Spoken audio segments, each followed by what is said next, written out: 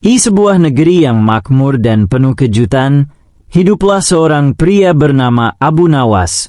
Ia bukan hanya terkenal karena kecerdikannya yang luar biasa, tetapi juga karena jenaka dan kebijaksanaannya yang selalu berhasil menghibur siapa saja.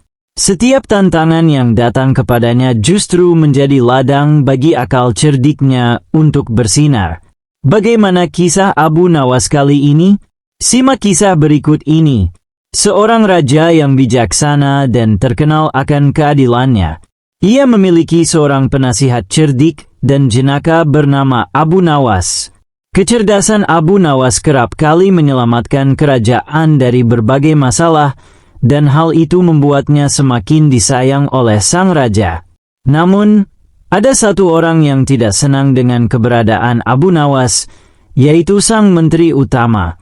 Menteri utama adalah seorang pria yang licik dan penuh iri hati. Ia merasa bahwa kehadiran Abu Nawas telah mengurangi pengaruhnya di istana. Sang menteri pun menyusun rencana jahat untuk menyingkirkan Abu Nawas dari kerajaan. Ia tahu bahwa raja sangat mempercayai Abu Nawas, jadi ia harus membuat rencana yang sempurna agar raja sendiri yang mengusirnya. Awal mula fitnah.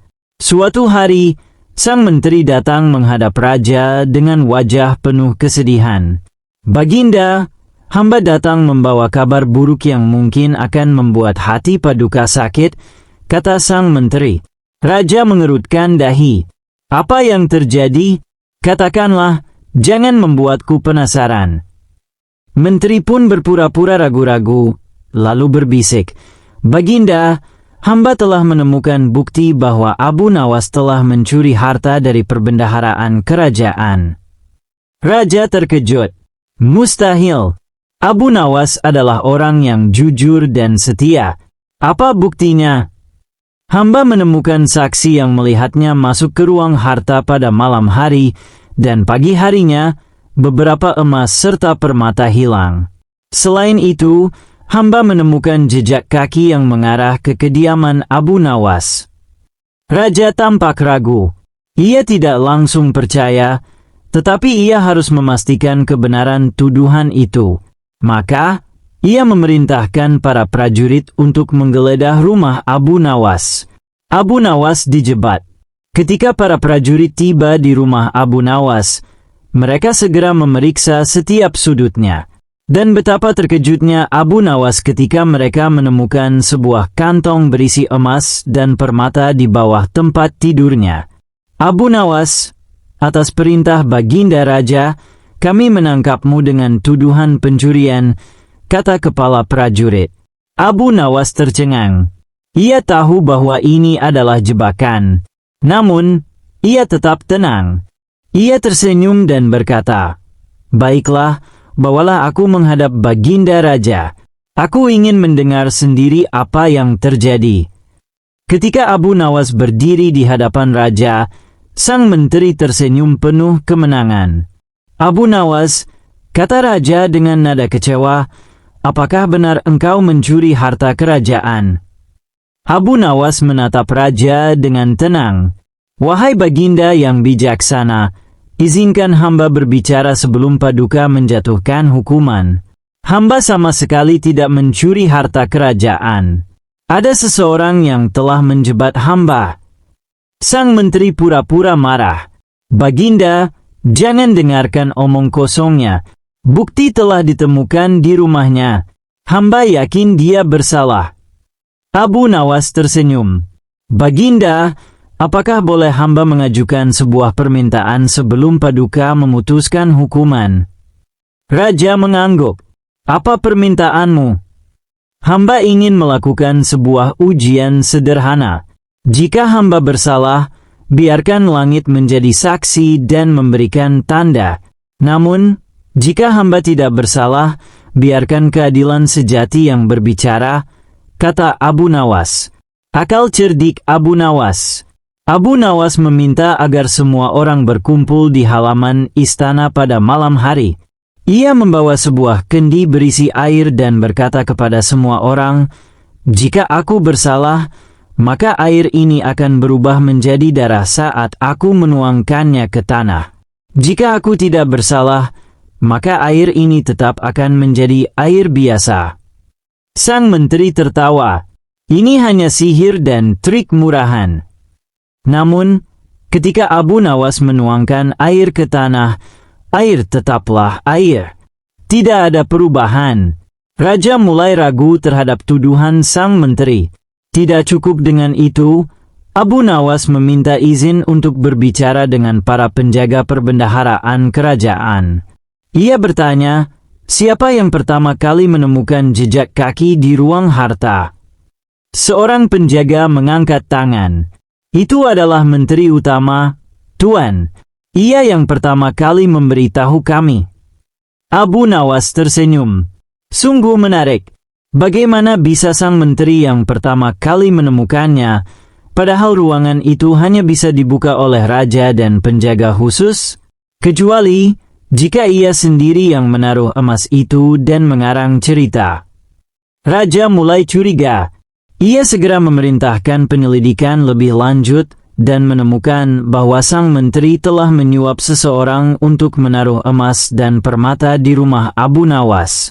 Akhirnya, kebohongan itu terbongkar. Kemenangan Abu Nawas. Raja sangat marah kepada menteri yang telah berusaha menipu dirinya. Bagaimana mungkin engkau menuduh seseorang yang tak bersalah? Bukankah seharusnya engkau menjadi penasihat yang jujur? Bentak raja. Sang menteri gemetar ketakutan. Ampun, Baginda. Hamba hanya. Tidak ada alasan. Aku tidak akan membiarkan seorang pengkhianat berada di istanaku. Mulai hari ini, kau dipecat dan diusir dari kerajaan. Menteri itu pun diusir dari istana dengan penuh rasa malu. Sementara itu, Abu Nawas kembali mendapatkan kepercayaan dari sang raja. Raja tersenyum dan berkata, Abu Nawas, kecerdikanmu sekali lagi menyelamatkan dirimu. Aku berjanji tidak akan lagi mudah percaya pada fitnah tanpa penyelidikan. Abu Nawas tersenyum dan menjawab, kebijaksanaan tidak hanya datang dari kepandaian, tetapi juga dari hati yang jernih, Baginda. Jika hati kita bersih, maka kebenaran akan selalu menang. Maka, sejak hari itu, Abu Nawas kembali menjadi penasihat terpercaya raja, dan kisah kebijaksanaannya terus dikenang oleh rakyat kerajaan sebagai bukti bahwa kecerdasan dan kebenaran akan selalu menang atas tipu daya dan kebohongan. Di suatu masa di negeri Arab yang makmur, terdapat seorang cendekiawan jenaka bernama Abu Nawas. Ia bukan hanya terkenal karena kecerdasannya dalam menjawab teka-teki, tetapi juga karena keberaniannya dalam melawan kezaliman. Ia seringkali menjadi penasihat tidak resmi bagi Sultan Harun al-Rashid yang sangat mempercayai kecerdikan dan kebijaksanaannya. Suatu hari, angin perubahan berhembus di istana. Sebuah kabar datang dari perbatasan. Seorang pedagang Eropa bernama Don Sebastian datang membawa barang-barang mewah yang belum pernah terlihat sebelumnya. Ia menawarkan emas, sutra dari negeri jauh, dan rempah-rempah langka. Namun, kehadiran Don Sebastian bukan hanya tentang perdagangan. Ia membawa rencana licik untuk menguasai jalur dagang Arab dan mengusir para saudagar setempat dari pasar mereka. Ketika Abu Nawas mendengar kabar ini, ia segera menemui Sultan Harun al-Rashid. Wahai Paduka Sultan, apakah kau menyadari ancaman di depan mata? Tanya Abu Nawas. Sultan mengelus janggutnya yang panjang. Don Sebastian tampak seperti pedagang biasa, meski aku juga merasa ada sesuatu yang janggal. Katakan, Abu Nawas, apa yang harus kita lakukan? Abu Nawas tersenyum penuh arti. Berikan aku kesempatan untuk menyelidikinya, Paduka. Aku akan menyamar dan mencari tahu niatnya yang sebenarnya. Menyusup ke lingkaran Don Sebastian. Malam itu, dengan mengenakan pakaian lusuh seorang pengemis, Abu Nawas pergi ke kedai tempat Don Sebastian biasa menghabiskan waktu. Ia menyelinap masuk dan duduk di sudut gelap sambil menguping percakapan. Sebentar lagi, semua jalur perdagangan di sini akan berada dalam genggamanku, kata Don Sebastian dengan nada penuh percaya diri. Para saudagar Arab itu terlalu percaya diri dengan sistem mereka. Kita akan buat mereka rugi dan kehilangan pelanggan. Abu Nawas mengangguk-angguk. Ia sudah menduga ada sesuatu yang busuk. Namun, rencana licik Don Sebastian ternyata lebih rumit dari dugaan. Ia tidak hanya ingin menguasai perdagangan, tetapi juga bekerja sama dengan sekte sesat dari Eropa yang ingin melemahkan kepercayaan rakyat Arab terhadap Sultan. Dengan informasi ini, Abu Nawas segera kembali ke istana dan menemui Sultan. Paduka, kita menghadapi ancaman ganda. Jika tidak segera bertindak, negeri ini akan jatuh ke tangan orang asing. Sultan menghela napas.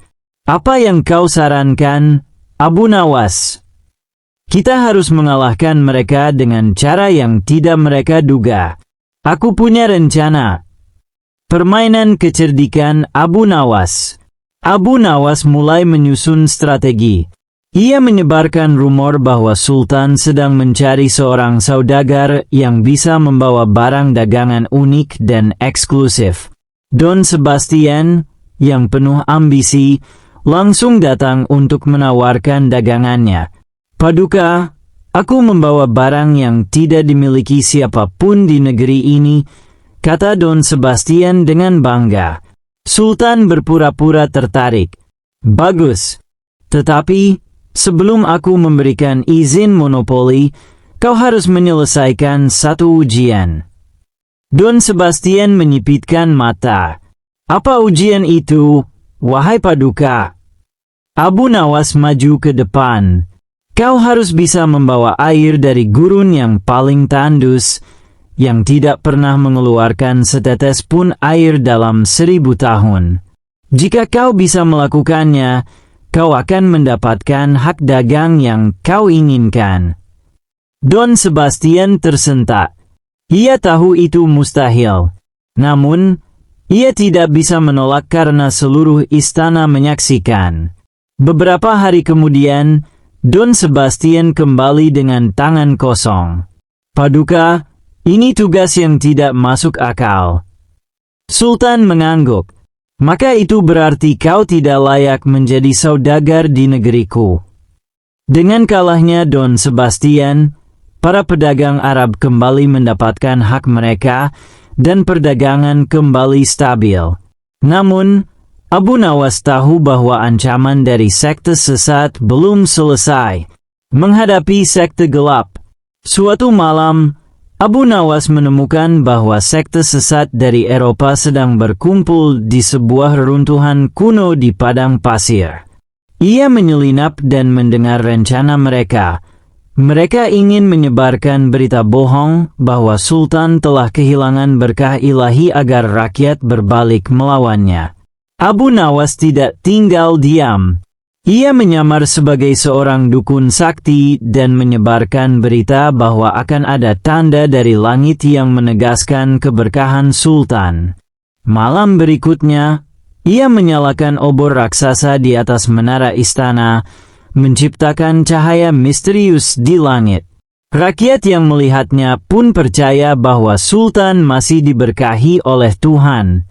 Sekte sesat menjadi panik dan melarikan diri, menyadari bahwa rencana mereka telah gagal. Kemenangan Abu Nawas.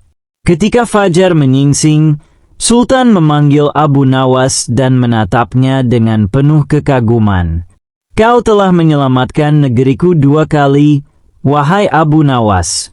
Apa yang kau inginkan sebagai hadiah? Abu Nawas tersenyum. Paduka, hadiah terbaik bagiku adalah melihat negeri ini tetap damai dan makmur. Itu sudah cukup. Sultan mengangguk. Maka biarlah namamu dikenang selamanya sebagai orang paling cerdik dan bijaksana di negeri ini. Dan dengan itu, Abu Nawas kembali ke kehidupan sehari-harinya, tertawa, berpetualang, dan siap menghadapi tantangan berikutnya dengan kecerdikan dan kebijaksanaannya yang luar biasa.